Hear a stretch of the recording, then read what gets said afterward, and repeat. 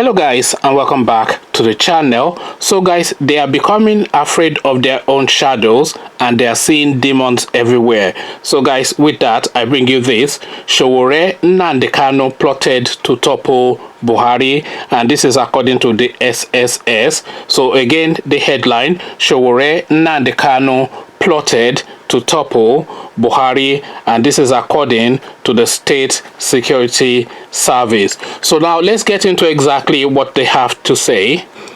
The State Security Service SSS has challenged the Federal High Court order allowing it to detain Omoyele Sowore, convener of the Art Revolution Now protest, for 45 days against its request for 90 days pending investigation. The SSS argued that its investigation so far revealed that Revolution Now was allegedly a smoke screen for the actual intention of Mr. Sowore and his allies to topple the government of the Federal Republic of Nigeria.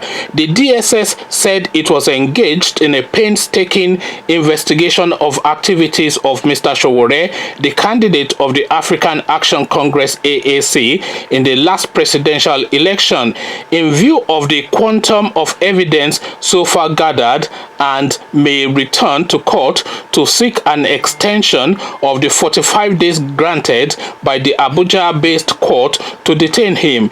The security agent made this known in a fresh document it filed at the Federal High Court on Monday in response to an application by Mr. Sowore. In a counter affidavit, the post to by Godwin Agbadua, an official of SSS, it was stated that Mr. Sowore was arrested on reasonable suspicion of having committed a capital offense upon his alleged involvement in terrorist activities. The respondent/applicant, Sowore, planned to violently change the government through the hashtag Revolution Now. The respondent/applicant hid under the cover of calls for mass protest with the hashtag Revolution Now to mislead unsuspecting and innocent members of the public into joining him to topple the government of the Federal Republic of Nigeria. In his plot to topple the government, the respondent/applicant held series of meetings with members of a terrorist organization, Indigenous People of Biafra (IPOB), with a view to mobilizing strong forces to realize his agenda at changing the government. The respondent formed an alliance with the fugitive Nnamdi Kanu, a self-acclaimed leader of the proscribed terrorist group Indigenous People of Biafra, to launch series of attacks on Nigeria with a view to violently removing the president of the Federal Republic of Nigeria. After a series of closed-door meetings between the duo in the United States of America, they addressed a press conference wherein they both stated their resolve to form an alliance against the Nigerian government. The duo stated that they have a well-planned out strategy to realize their objective, which is toppling the government. The appellant/respondent is investigating the activities of the respondent/applicant as it relates to a terrorist organization, IPOB. There is the need for the applicant/respondent to investigate such reasonable suspicion of relationship between the respondent/applicant and IPOB. The respondent held series of meetings with some foreign collaborators outside Nigeria, including Dubai, where millions of dollars were given to him to sponsor a widespread attack on Nigeria with a view to violently removing the president of the Federal Republic of Nigeria and freeing Ibrahim El-Zakzaky.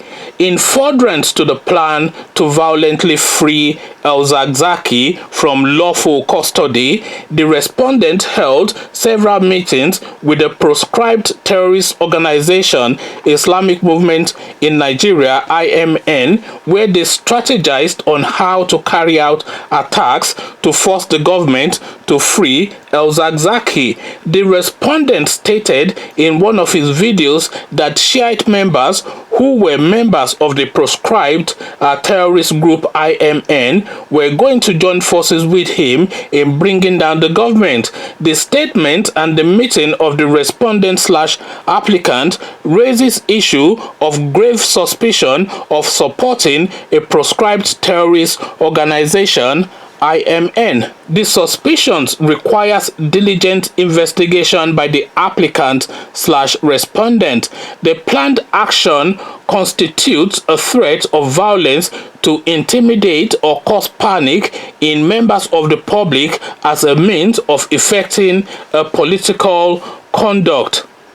The investigation is still ongoing. Upon the conclusion of the investigation, the case file will be forwarded to the Office of the Attorney General of the Federation for advice and possible prosecution, SSS alleged. So now this is now the retinue of allegations that has now been leveled against Omoyele Sowore. So let's now go through them point by point. They are all saying that his meeting with Nnamdi Kanu is effectively collaborating with a fugitive. So they have now declared, of course, they've always declared Nnamdi Kanu wanted. So now Omoyele Sowore now meeting with him is, to their understanding, Omoyele Sowore meeting with a fugitive, an enemy of the state. But of course, Nnamdi Kanu is not really an enemy of the state. So really more an enemy of the regime rather than the state, because the state is quite distinct from the regime. The Nigerian state is a separate entity from Malam Buhari and his cabal, because we don't know what they are about, but we know what we are about as a state and a people and as Nigerians. So they are doing their own thing and they control the levers of power, and we can see how they are using it now yet again in this instance, and we have seen it severally in several other instances.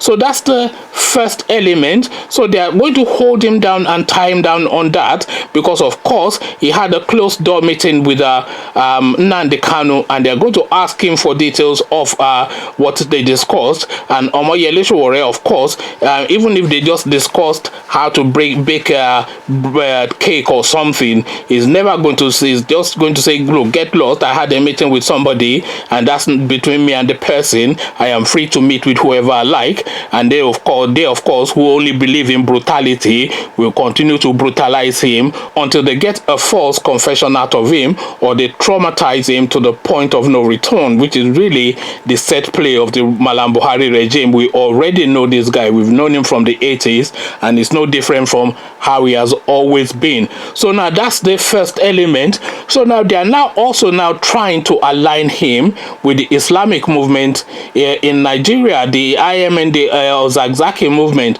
So what they are saying in this instance is, because he lends his sympathy to the agitations of that movement, and because that movement they have determined is a violent movement, but of course the Islamic movement in Nigeria is not a violent movement.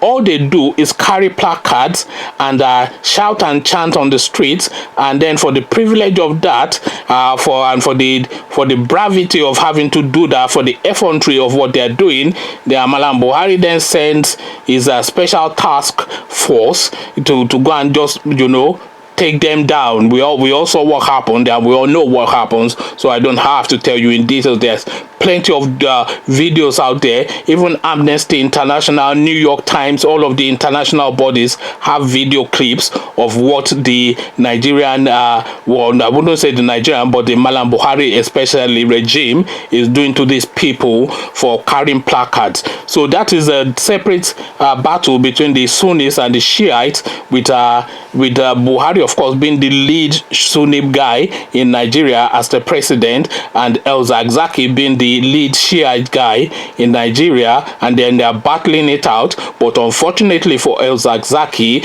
Malam Buhari holds all the apparatus of power, and you know that the apparatus of power in Nigeria is all powerful, and that's been vested upon these Shiite people. So now for Sowore lending sympathy to these people, they have now now tagged it as him wanting to violently overthrow the Malam Buhari regime. So these are quite weighty things that they are leveling against this guy. So with the weight of these allegations that they are leveling against this guy, that is rather trying to provoke a violent revolt, with the weight of all of this, it is almost impossible to imagine that it's going to come out of that their clutches rather within 45 days. So this is a Dasuki situation that Sowore has found himself. So for as long as Malam Buhari continues to be the president of Nigeria, that guy will always have his feet